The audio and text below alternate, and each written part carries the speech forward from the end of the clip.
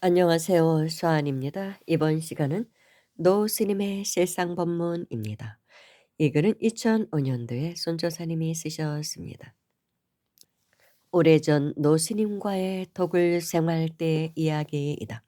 오래전 일이지만 정정한 삶과 수행을 하신 노스님은 지금도 내 마음속에 살아계셔 이내 마음을 채찍질하신다. 어느 추운 겨울날 산속 도굴에 홀로 계신 노스님이 걱정이 되어 먹을거리를 장만하여 산을 오른다. 그러니까 손저사님은 계속 그곳에 계시진 않고 가정이 있으니까 왔다 갔다 하셨던 것 같아요. 몇 달 산에 가 계시다가 또 집에 잠깐 또 내려가 계시기도 하고 또 올라가시고 그랬던 것 같습니다. 눈이 많이 내려 걸음을 옮기기가 쉽지가 않았다. 이 엄동설안의 노스님의 건강이 걱정된다. 공양은 하시는지 군불은 떼고 지내시는지 시봉을 제대로 못한 이놈이 영 죄스러운 맘이다. 2시간여의 산길을 헐떡거리며 한참이나 올라간다. 저 멀리 땅꾼의 집이 보인다. 땅꾼이란 뱀을 잡아 생계를 유지하는 사람이죠. 땅꾼의 집이 보이면 노스님 토굴에 가까이 왔다고 항상 한숨을 돌리고는 했다. 땅꾼 집을 지날 때는 영 기분이 찝찝하고 사납다. 살생을 왜 하는지 하며 쉬었다 가려고 땅꾼 집을 들어가 주인을 불러보지만 기척이 없다. 집안을 둘러보니 집을 비운 지 꽤 오래인 것 같다. 먹을 물을 찾아 작은 웅덩이에 가보지만 물은 두꺼운 얼음에 옷을 입고 있었다. 걸음을 재촉한다. 이 웅덩이가 두꺼운 얼음으로 변했다면 노스님은 영락없이 돌아가신 걸 거라고. 이 웅덩이 물로 밥을 해 먹었는데 불쌍한 노시님 집도 절도 상자도 없이 쯔쯔하며 발걸음을 재촉여 본다. 노스님에게도 사실 상자는 두 분인가 계셨다고 들었습니다. 지금 현재 한국 불교에 좀 유명하신 분들인데 그런데 인제 선방에서 그 안거 때 선방에 가서 그 참선지도 하시고 이제 그러기는 하셨지만 보통 때는 항상 토굴에서 계셨던 것 같아요. 그러니까 어느 겨울 인제 상자들은 또 인제 어딘가 공부하러 가시고 스님 혼자 토굴에 계셨을 때의 일인 것 같습니다. 옷도 제대로 없어 다 헤어진 옷에 시봉도 없이 쌀이 제대로 있나. 이 엄동설 안에 80이 넘은 노구가 온전히 있겠는가. 에이구 그러길래 진작 콩공부 좀 잘하시지. 이 연세에 되도록 무엇하고 지내셨던고? 남들은 그 연세에 큰 스님이다 조실이다 대우받고 지내더구만 쯧쯧쯧 불쌍한 우리 노시님. 혼자서 온갖 망상을 부리며 톡을 쬐끄만 마당에 들어선다. 스님 스님 불러보지만 기척이 없다. 또 내 마음속은 콩닥콩닥 뛰며 이거 영락없이 송장 치르게 생겼는걸. 아따 이놈의 팔자는 뭐가 되는 게 없노. 송장을 업고 눈 덮인 이 먼 산길을 내려갈 수도 없고 죽은 사람이 있다는 공포심이 나를 휩싼다. 쉽사리 문을 열어보지 못하고 엉거주춤 귀를 쫑긋 세우며 스님 스님 하고 다시 불러본다. 그래도 기척이 없다. 또 망상이 일어난다. 이거 어떡한다. 아이고 내가 안 본 걸로 하고 산을 내려가 보려. 이놈의 팔자 무슨 죄가 그리도 많아 집도 절도 없는 행여 스님의 송장을 치워야만 하노. 아니제 아니요 부처님은 없을지도 몰라. 부처님이 있었다면 저 스님을 저렇게 뱅개치진 않았을 게야. 부처님 제자를 저렇게 꽁꽁 얼어 죽게 만드는 부처도 있는감? 혼자서 온갖 망상들을 이리 굴리고 저리 굴리다 그래도 죽은 사람에게 염불하면 죽은 사람도 산 사람도 이익이 있다고 했으니까 염불이나 해야지 하며 나무아미타불 나무아미타불, 나무아미타불, 나무아미타불, 나무아미타불, 나무아미타불, 나무아미타불, 나무아미타불, 나무아미타불, 나무아미타불, 나무아미타불, 나무아미타불, 나무아미타불, 나무아미타불 하고 중얼중얼거리다 용기를 내어. 스님, 스님, 노스님 안에 계십니까? 하고 방문을 열려는 순간 방문이 덜컥 열린다. 순간적으로 움찔 놀라며 발걸음을 뒤로 물린다. 환한 얼굴로 맞이하시는 스님. 아, 친장문을 열어주지 않으시고 혼자서 온갖 잡다한 생각 다 하게 만드시고 죽은 사람 다시 만난 것처럼 조금 전에 망상은 오간되었고 반가움에 눈물을 글썽인다. 실은 사물은 그냥 그대로 있는데 내 망상이 작용했으리라. 그동안의 토굴 생활이 궁금하여 이것저것 여쭤본다. 노스님은 생식을 하고 계시었다. 아마도 정진에 몰입하신 까닭에 내 목소리를 듣지 못하신 것 같다. 해질 무렵 나는 밥을 짓기 위해 부엌을 들어가 보지만 물이 없다. 노스님께서 한 바카스에 눈을 가져오신다. 이 눈을 녹여 물을 만들자고 하신다. 눈을 솥에 넣고 불을 지핀다. 날이 추워서일까 불을 붙여보지만 연기만 자꾸만 나고 불이 붙지를 않는다. 훅 하고 입바람을 불어보지만 쉽사리 불은 붙지 않는다. 보기가 안쓰러웠던지 노스님께서 불을 지피시게 했단다. 역시 노스님은 불을 지피시는 데는 도사인 것 같다. 이내 불은 장작개비에 옮겨 붙는다. 날이 매우 춥다. 노시님과 나는 두 손을 아궁이에다가 바짝 붙여 차가운 손을 녹여본다. 가마솥에 넣은 눈이 불이 달아오르자 사르르 잠이 쏟아지듯이 녹아내린다. 불은 하늘로 솟고 물은 아래로 흐른다. 얼었던 손을 비비며 노시님께 질문을 던져본다. 불자라면 어떤 마음을 가져야 하는지를. 물끄러미 나의 얼굴을 보시던 스님, 위로는 깨달음을 구하고 아래로는 중생을 제도하려는 마음이 있어야 능히 부처님 제자라 한다. 내 마음을 제대로 알지 못하는데 어찌 중생을 제도할 수 있느냐 물어본다. 너 스님께서 물으신다. 중생이 어디 있느냐고. 방금 노스님께서 말씀하셨지 않습니까? 그런데 노스님께서 말씀하시는 중생이란 마음의 중생심을 건져 올리라는 말이란다.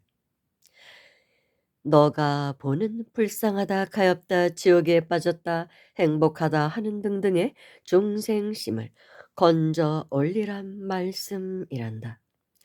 그럼 그런 생각들을 하지 말아야 한단 말인가? 그럼 인간도 아니지?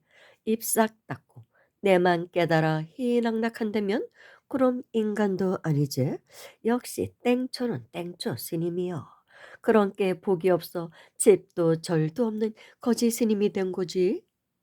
혼자 궁시렁거리지만 도통 이해가 가지를 않는다. 차가운 겨울바람이 지나가고 파란 새싹들이 돋아날 즈음 노스님의 실상의 법문을 보게 된다. 봄이 되자 땅꾼이 산을 올라왔다. 또다시 뱀을 잡기 위해서다. 산에 왔다고 노스님께 인사를 드린다. 노스님께서 땅꾼에게 살생하지 말라고 살생을 하게 되면 그 또한 본인을 죽이는 거와 같다고 뱀을 잡지 말고 농사를 지으라고 권하시는 것 같다.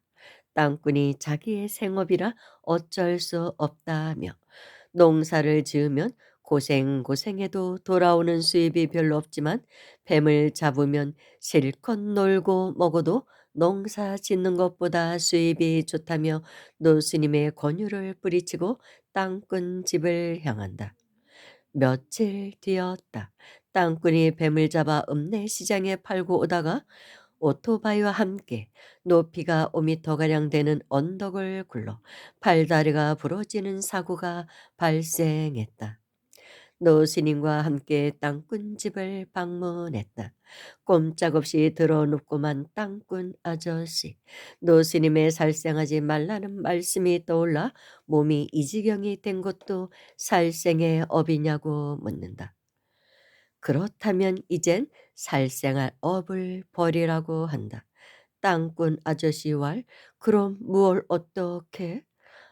아미타 부처님의 원력이 끝이 없고 한량이 없으니 부지런히 나무 아미타불 하고 연불을 하라 이르신다.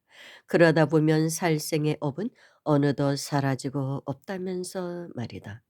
땅꾼 아저씨 연불을 부지런히 한 때문이었을까? 아픈 몸도 빨리도 나은 것 같단다. 그로부터 며칠 지났을까? 어떤 등산객이 겁도 없이 차를 몰고 산을 오르다 비탈진 곳에 차가 빠지고 말았다. 이 광경을 본 땅꾼 아저씨 차를 건져내는 데 동참을 하였더니 이 등산객 무슨 마음이었을까? 땅꾼에게 고맙다며 무슨 소원이 있으면 본인이 들어줄 만한 것이며 도와주겠단다. 땅꾼 아저씨 왈 소가 한 마리 있으면 농사 짓는데 도움이 될 것 같다 하자 며칠 뒤 이 등산객 다시 찾아와 소 두 마리를 사주고 간다. 무슨 마음으로 그랬을까? 차 건져내는데 무슨 큰 도움이라고. 소를 두 마리씩이나 사주고 이 사실을 노스님께 알렸더니 웃으시며 내 마음의 원력을 점검해 주는 것은 중생이란다. 즉 노스님의 원력의 힘에 의해서 이런 일이 일어난 것이죠. 이런 도인 스님들은 한 생각으로 그림을 그리면 그대로 현상 세계에서 따라줍니다. 그래서 그 땅꾼을 제도하기 위해서 그렇게 다치기도 하고 그래서 못하게 만들고 참의 길로 가게 하고 또 그렇게 우연히 그렇게 차가 빠진 사람 비탈진 곳에 차가 빠진 사람을 건져진 그 자동차를 꺼내준 그 또 인연으로 그 공덕으로 인해서 돈 많은 사람이었나 봅니다. 소를 두 마리씩이나 사주었던 것이죠. 그래서 농사를 짓게 되었다고 그런 이야기를 들었습니다. 이게 도인들의 법력입니다. 근데 보통 사람은 잘 안 되죠. 청정한 마음을 갖고 있어야 깨끗하게 그림을 그려야 그대로 법계에서 따라주는 거거든요. 근데 우리는 번뇌망상이 많아서 화면이 지저분하기 때문에 그림을 그려도 이 그림이 뭔 그림인지 이 법계에서 그러니까 판독을 못하는 거예요. 그림을 알아보지를 못하기 때문에 잘 이루어지지를 않는 것입니다. 아무튼 아미타 부처님의 원력이 광대하고 원만하고 한량없는 것이 이와 같다. 부지런히 아미타 부처님 원력을 생각하고 부처님의 말씀을 믿고 따라 행한다면 이와 같은 불가사의한 일들이 이루어진단다. 부처님의 말씀이 아무리 좋은 말씀이라도 남에게 강요하지 말아야 부처님 제자라 할 수 있고 다만 어리석은 중생의 눈을 뜨게 하고자 하는 원력이 있으면 거기에 맞는 방편이 있을 뿐이란다. 손차사도 그런 원력을 키우자면 발언을 해야 한단다. 문수보살님처럼 큰 지혜를 찾게 되오며 보현보살님처럼 광대한 언행을 가지며 지장보살님처럼 끝없는 몸을 놔두며 관세음보살님처럼 삼십이용 신을 갖추어서 지방 세계 어디든지 마음대로 다니면서 널리 중생들을 무의도에 들게 하며 나의 이름 듣는 이는 모두 삼도의 괴로움을 여의고 나의 형상 보는 이는 모두 해탈을 얻게 하소서. 이와 같이 교화하여 무량토록 제도하여 빌경 부처 중생 없는 세계 이루어지이다.